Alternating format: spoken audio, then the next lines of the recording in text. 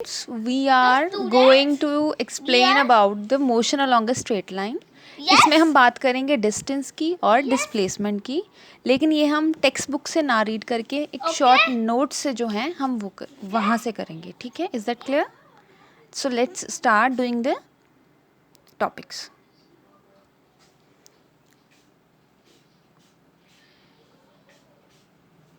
So students, let's start with the first definition, rest. So rest का क्या मतलब होता है? रेस्ट का मतलब होता है एक स्टेट जिसमें जो ऑब्जेक्ट है वो अपनी पोजीशन टाइम के साथ साथ चेंज नहीं कर रहा है. एंड मोशन का क्या मतलब होता है? मोशन का मतलब होता है कोई ऐसी स्टेट जिसमें जो ऑब्जेक्ट है वो अपनी पोजीशन जो है टाइम के साथ चेंज कर रहा है. रेस्ट में अपनी ऑब्जेक्ट पोजीशन को चेंज नहीं करेगा एंड मोशन में जो ऑब्जेक्ट है वो पोजीशन को चेंज करेगा. एंड जो मोशन होता है वो होता है 3 टाइप्स का: oscillatory motion, linear motion and circulatory motion. Circulatory motion में क्या होगा? जो ऑब्जेक्ट होगा वो सर्कल में मूव करता है. ठीक है. लीनियर मोशन में जो ऑब्जेक्ट होता है वो स्ट्रेट लाइन में मूव करेगा.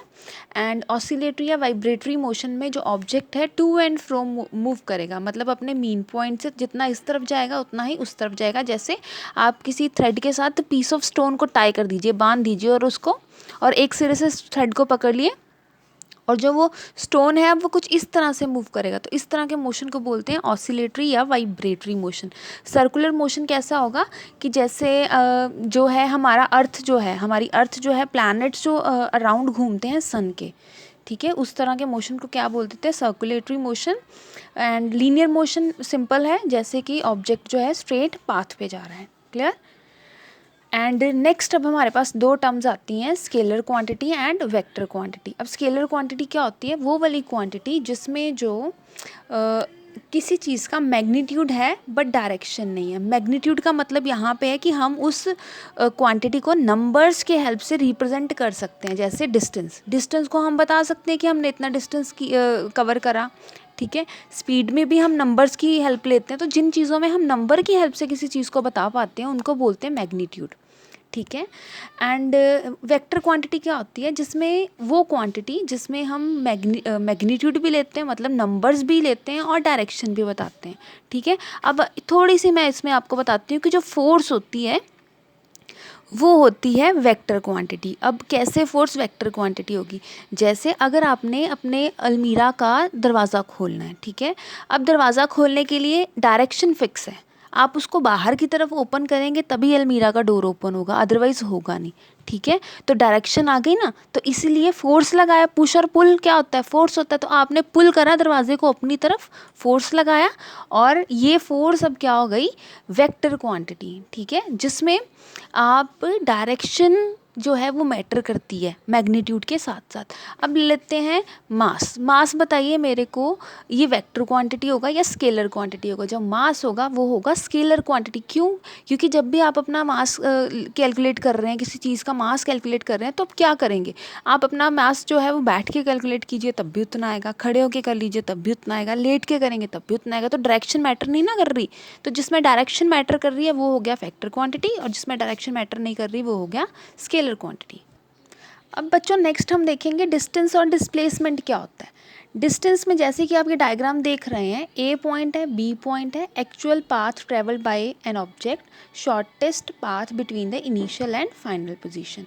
तो अब देखिए डिस्टेंस क्या होता है. डिस्टेंस का मतलब एक्चुअल पाथ और length travelled by object during its journey. अब जब भी किसी ऑब्जेक्ट ने टोटल कितना डिस्टेंस कवर करा उसको बोलेंगे डिस्टेंस. ठीक है. कितना पाथ कवर करा उसको बोलेंगे डिस्टेंस. अब देखिए इसको हम एक एग्जाम्पल की हेल्प से समझेंगे कि आपने स्कूल से घर तक का डिस्टेंस कवर किया 5 किलोमीटर्स. ठीक है. पाथ आपने कवर किया 5 किलोमीटर्स. तो ये आपने क्या कवर करा? ये आपने करा डिस्टेंस कवर.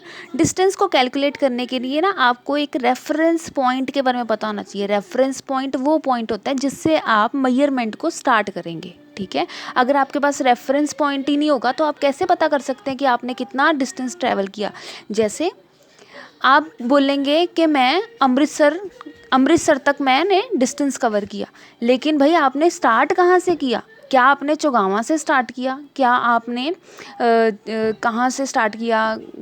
कहीं से भी ले लीजिए, क्या आपने जलंधर से स्टार्ट किया अमृतसर में आना, तो आपको एक पॉइंट चाहिए जहाँ से आप बता सकेंगे कि मैंने यहाँ से लेके वहाँ तक को डिस्टेंस को कवर किया, तो इस चीज़ को बोलते हैं रेफरेंस पॉइंट। ठीक है, अगर मैंने अब इस पेन की लेंथ ही मेजर करनी हो तो बेटा मैं कहाँ से शुरू करूँगी, या तो इस एंड से शुरू करूँगी या इस एंड से शुरू करूँगी, तो ये हो गया मेरा रेफरेंस पॉइंट, जहाँ से मैंने मेजरमेंट को एक पॉइंट ऐसा लेंगे फिक्स जहाँ से मेजरमेंट को स्टार्ट करेंगे।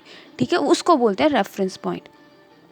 अब जो डिस्टेंस होता है वो स्केलर क्वांटिटी होता है, मतलब नंबर के साथ हम इसको रिप्रेजेंट करते हैं पर डायरेक्शन के साथ इसको हम एक्सप्लेन नहीं करते। जैसे कोई पर्सन जा रहा है, चाहे वो इस तरफ से जा रहा है, चाहे वो सीधा जा रहा है, चाहे वो यहाँ से स्ट्रेट पाथ फॉलो कर रहा है, ठीक है, लेकिन पाथ डायरेक्शन मेजर नहीं कर रही। अगर पर्सन ने सीधा सीधा जा रहा है, चाहे वो नॉर्थ में चला गया सीधा सीधा, चाहे साउथ में चला गया, जिस तरफ मर्जी गया, ठीक है, लेकिन अब वो स्ट्रेट पाथ फॉलो कर रहा है, ठीक है, डायरेक्शन तो मैटर हमने करी नहीं इसमें, तो इसको बोलते हैं डिस्टेंस जो होता है वो स्केलर क्वांटिटी होता है। ठीक है, लेकिन उसके ऑपोजिट जो डिस्प्लेसमेंट होता है वो होता है वेक्टर क्वांटिटी। ठीक है, डिस्प्लेसमेंट में हमको डायरेक्शन के साथ डिस्टेंस पता लगता है कि आपने यस डायरेक्शन मैटर करती है, नॉर्थ साउथ ईस्ट वेस्ट ये डायरेक्शंस मैटर करती हैं।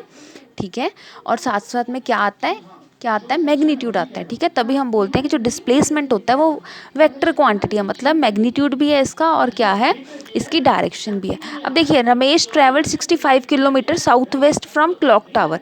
अब रमेश ने 65 किलोमीटर डिस्टेंस ट्रैवल करा, देखो ये यहाँ तक था डिस्टेंस, लेकिन डायरेक्शन साथ में आ गई, तो अब ये क्या हो गया, वह डिस्प्लेसमेंट।